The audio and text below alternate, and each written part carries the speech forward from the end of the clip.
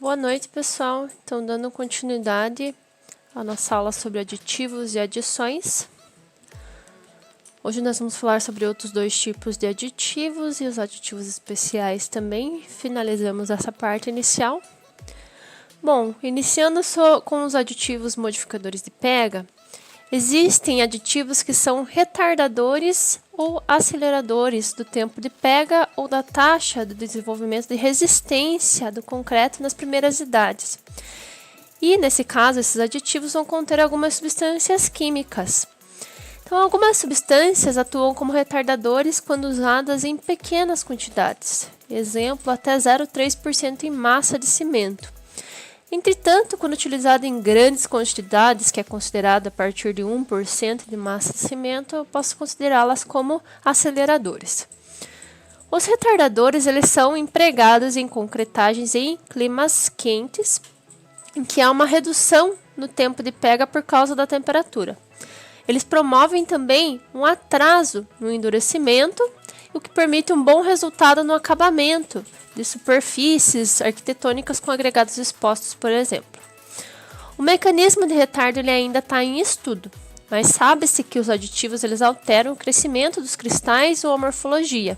Vocês lembram lá quando nós mostramos a parte do endurecimento do cimento, que eles formavam aqueles cristais na forma pontiaguda, parecia uma estrela muito bonita, né? Então ele vai alterar o formato daqueles cristais. E assim vai fazer uma barreira para o processo de hidratação. Então, se eu não tiver hidratação, eu não vou ter a formação desses cristais do endurecimento, né? Nos aditivos aceleradores, eles dão maior rapidez ao endurecimento ou ao desenvolvimento da resistência inicial do concreto. Um dos mais comuns é o cloreto de cálcio, que acelera principalmente o desenvolvimento da resistência inicial do concreto. Nós vamos falar mais sobre esse cloreto mais para frente. Algumas situações, algumas vezes esse aditivo é utilizado em situações de baixas temperaturas, como eu comentei anteriormente, entre 2 graus Celsius, ou ainda quando é necessário reparo urgente, uma vez que ele aumenta a liberação de calor durante as primeiras horas da mistura. Aqui eu tenho uma figura que mostra o efeito do cloreto de cálcio na resistência inicial dos concretos produzidos com diversos tipos de cimento. Então, vocês observam aqui que a linha cheia é sem cloreto de cálcio e a linha tracejada é com cloreto de cálcio. Aqui eu tenho um aumento na curva e ela começa a apresentar uma resistência muito antes e uma resistência maior, que ela está deslocada totalmente para cima. Isso acontece para todos os tipos, certo? Tipo 1, 2, 3, 4 e 5. Aqueles tipos, se vocês se recordarem, tem a ver com a composição do cimento. Sobre as aplicações dos aditivos aceleradores. Então, eles são indicados para modificar as propriedades do concreto do cimento, E são especialmente para climas frios, sendo aplicados para acelerar o início do processo do acabamento, reduzir o tempo necessário para cura e proteção adequados, aumentar a velocidade da resistência inicial e agilizar o processo de fabricação do pré-moldado, por exemplo. Observem que alterar o tempo de pega e alterar a velocidade de resistência são coisas diferentes, certo? Possibilitar uma vedação eficaz de vazamento contra pressões hidráulicas. Já os aditivos retardadores, eles têm as aplicações em climas quentes, como eu comentei, e o controle de pega em grandes unidades estruturais. Entrando aqui em outros tipos de aditivos, nós temos as adições minerais. Então, essas adições minerais, em geral, são materiais silicosos, que são finamente divididos, ou seja, são moídos na forma de pó, quase sempre adicionados ao concreto em quantidades variadas, de 6% a 70%. Nós vimos na aula de ontem que as adições elas vão até 5%, exceto essas adições minerais, que daí ultrapassam até 70% do material cimentício total. A geração de energia por termoelétrica e alto forno metalúrgico são, por exemplo, as principais fontes de subprodutos que vão ser destinados como adições dos materiais de construção civil. O descarte em aterros desses materiais de termoelétrica e alto forno, ele acaba sendo um desperdício, porque além de, causar danos ambientais, esse material não vai ter uso, só vai ocupar espaço. O valor dessas adições ele é baixo se eu utilizar como agregado para concreto ou pavimentação, porque ele não aproveita o potencial pozolânico e cimentante que ele contém. Lembrando que o que a gente chama de pozolana são aqueles materiais silicosos ou sílico-aluminosos que contêm uma quantidade de material reativo, ou seja, eles estão numa forma não cristalina e estão pulverizados e são capazes de reagir na presença de água, ou seja, eles são capazes de endurecer, certo? Então esses são os considerados materiais pozolânicos, que nem sempre, podem ser rochas vulcânicas ou outras composições, mas que têm o poder de se tornar um aglomerante. Então, fazendo um controle da qualidade dos subprodutos industriais, eu consigo incorporar no concreto em forma de cimento portland composto ou como adição mineral.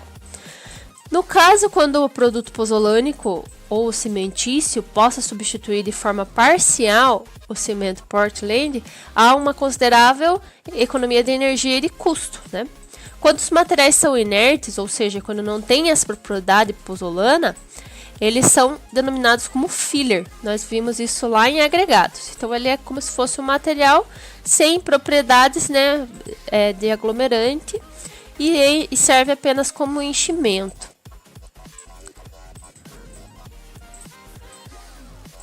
Então, as adições minerais elas podem ser divididas em dois grupos principais, em materiais naturais e os subprodutos. Os materiais naturais eles são processados para produzir unicamente pozolana. Em geral, eles são processados por britagem, moagem, separação por tamanho e em algumas situações com ativação térmica, ou seja, são aquecidos, Geralmente, eles são derivados de rochas e materiais vulcânicos. É difícil classificar esse material pozolânico natural porque ele raramente contém apenas um constituinte reativo. Mas isso acontece com grande frequência em materiais na Europa. Os subprodutos eles não são produtos primários, eles não são obtidos diretamente e utilizados direto. Eles podem requerer processos industriais anteriormente. Antes de ser utilizado como adição. As cinzas da combustão do carvão e alguns resíduos industriais, como por exemplo a palha e a casca de arroz, a sílica ativa de certos processos metalúrgicos, a escória granulada de metais industriais ferrosos e não ferrosos, faz parte dos subprodutos industriais que são adequados para o uso como adição no concreto cimento Portland. A casca de arroz, que eu comentei aqui, também chamada de palha de arroz, ela é produzida durante uma operação de beneficiamento do arroz colhido. Então eu colho o arroz e isso aqui é um subproduto. E isso daqui tem um grande problema ambiental, porque eles ocupam um grande volume e trazem muitos problemas de espaço para os proprietários desses arroz.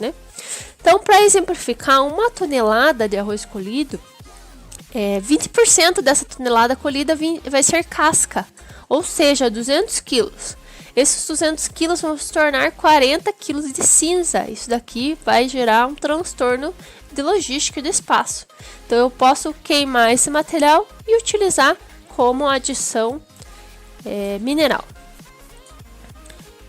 Para as adições minerais, as aplicações que mais se destacam são em concretos frescos para obter melhoria na trabalhabilidade, pois eles reduzem o tamanho e o volume dos vazios dentro do concreto fresco, durante o amassamento. Durabilidade e a fissura térmica com relação ao cimento Portland. Durabilidade química do concreto por tornar o concreto quase impermeável quando a gente faz uso de adição de cinza volante de baixo teor de cálcio, por exemplo. Então, essas são as aplicações principais. E agora, os aditivos especiais. Então, além dos aditivos considerados até então, também existem esses aditivos para outros fins, como, por exemplo, impermeabilização, ação bactericida e desincorporação de ar. Eu até comentei um pouco sobre a ação bactericida, que é um aditivo especial na aula de ontem, mas hoje vamos falar um pouco mais sobre eles. Entretanto, esses aditivos que eu comentei, eles são classificados como especiais porque eles não possuem normas suficientes para que seja feita a consideração generalizada sobre eles. E além do mais, algumas denominações comerciais adotadas dão uma impressão um pouco exagerada do desempenho. Isso não quer dizer que eles sejam inúteis, né? Em várias situações eles são bastante eficientes, mas esse desempenho ele não é comprovado normativamente falando. Então a gente tem que fazer um ensaio e verificar isso antes do uso. Falando um pouco dos impermeabilizantes. Então, o concreto ele absorve água devido à tensão superficial dos poros capilares. Lembra que a gente falou sobre tensão superficial lá em química geral e sobre esses capilares também, né? Quando ele é muito pequeno, ele consegue subir e sugar, né? Então, seria como se fosse uma sucção por capilar. O objetivo do impermeabilizante nesse caso é prevenir essa sucção, prevenir essa penetração de água no concreto, e ele pode atuar, né, dependendo da pressão da água. Então, se ela for uma pressão baixa, no caso da água da chuva, ou ascensão capilar, ou se ela tem uma pressão alta, como uma pressão hidrostática, dentro de estrutura de armazenamento de água, por exemplo, né, que tem uma quantidade de água muito grande, uma pressão muito grande, isso daqui vai ser determinante para o desempenho, certo? Então, como que funciona esse aditivo? Ele pode atuar de diversas maneiras, mas o principal efeito é tornar o concreto hidrófugo, fazendo com que a água seja repelida desses poros do cimento ou fazendo um bloqueio dos poros. Basicamente, são essas duas formas de atuação. No entanto, como eu falei para vocês anteriormente, não existe normativo suficiente para comprovar a eficácia desses aditivos. Então, a confiabilidade muitas vezes ela está nas mãos dos fabricantes, né? Então, para evitar problemas, nós precisamos fazer ensaios antes da aplicação para garantir que esse concreto vai aguentar a pressão da água ou a quantidade de água que vai estar contida próximo a ele. Sobre os aditivos bactericidas e similares. Então, tem fungicida, contra inseto, né? Então, alguns organismos, como as bactérias, os fungos e os insetos que eu comentei, eles podem afetar negativamente o concreto. Como que eles afetam? Então, por exemplo, se eu tiver um concreto armado, ele vai estar com uma armação de aço, né? Eu posso ter, através da liberação do metabolismo, a produção de produtos químicos corrosivos, que formam, né, a corrosão desse aço. E pode ter também, a partir desse metabolismo, um manchamento da superfície do concreto. Então, de todas as formas, alguns podem ser muito maléficos para o concreto ou para o concreto armado, principalmente para o aço, né? Então, é evidente que esses aditivos eles têm que ser tóxicos apenas para os micro-organismos. Se for tóxico para o ser humano, ele não deve ser utilizado. Algumas observações agora gerais sobre o uso de aditivos. Bom, a temperatura. Os aditivos com desempenho conhecido em temperaturas ambiente, por exemplo, eles se comportam de uma maneira diferente em temperatura mais alta ou mais baixa do que ambiente. Então, alguns aditivos eles não suportam exposição à temperatura de congelamento, por exemplo, que torna inutilizável. Então, essa é uma grande observação que tem que ser feita. Qual que é a temperatura de utilização? Sobre a mistura. Aditivos que, quando utilizados separadamente, por exemplo, eles têm um bom desempenho e quando utilizados em conjunto, eles não são compatíveis, né? Então, por essa razão, é essencial que antes do uso seja feita uma mistura experimental para a combinação de aditivos para entender qual que seria essa resposta da utilização em conjunto. Então, essa é uma outra observação. Sobre o procedimento de mistura. Mesmo dois aditivos que sejam compatíveis quando são introduzidos na mistura, eles podem apresentar uma interação negativa se a gente misturar antes da adição na betoneira, por exemplo. Em razão disso, a gente tem que tomar uma precaução em adicionar esses aditivos de forma separada em locais diferentes e, se possível, em instantes diferentes para evitar essa alteração no procedimento de mistura. Porque essa alteração pode afetar o desempenho dos aditivos ou o desempenho do concreto. E, por fim, uma observação muito importante também seria a dos cloretos. Então, é importante saber se um aditivo utilizado possui cloreto, pois, em geral, há um limite especificado para o teor desses íons cloreto no concreto. E todas as fontes de cloreto elas devem ser consideradas até a quantidade que vem da água utilizada na fabricação. Então, não só em aditivos, mas a água também contém uma quantidade de minerais que podem prejudicar principalmente o concreto armado e os aços, né, por corrosão. E agora a tarefinha do fórum. Então, vocês vão falar sobre aceleradores e retardadores. Aqui só contextualizando um pouco para vocês, os aceleradores, né, como a gente já viu, eles são utilizados em baixa temperatura, de 2 a graus Celsius, na produção de pré-moldados, em que a rápida remoção da forma é desejável, né, ou em serviço urgente de reparo. Outro benefício da utilização desses aceleradores são a possibilidade de antecipação do acabamento do concreto e aplicação de isolamento para proteção e colocação da estrutura em serviço em menor prazo. No entanto, a gente utiliza cloretos, que são geralmente aceleradores eficientes e baratos. Só que esses cloretos, apesar de ser baratos, eles têm um sério defeito quando utilizado próximo à armadura do aço, ou da armadura de outro aço embutido, por exemplo. Então, o que eu quero que vocês estudem seria as desvantagens e as vantagens de utilizar o cloreto de cálcio e o cloreto de sódio como acelerador. Claro que vocês não vão utilizar o que eu já comentei anteriormente, né? A vantagem de utilizar ser eficiente e barato. Quero que vocês escrevam outras vantagens de utilização. E para isso vocês podem utilizar os livros que estão na biblioteca digital da Unicesumar. Tem vários lá que são muito bons, já vou mostrar para vocês as bibliografias que eu estou usando. E o número 2 seria a ação de retardo exibida pelo açúcar, ou por derivado de carboidrato, por sais solúveis de zinco, borato solúvel ou metanol, né? Também são possíveis retardadores. No entanto, nós temos que tomar precauções no uso de retardadores de pega. Eu quero saber quais precauções que têm que ser usadas e por que eu tenho que usar essas precauções, certo? Então, vocês vão estudar sobre isso também. É uma pesquisa. Eu gostaria muito que vocês utilizassem apenas sites confiáveis, né?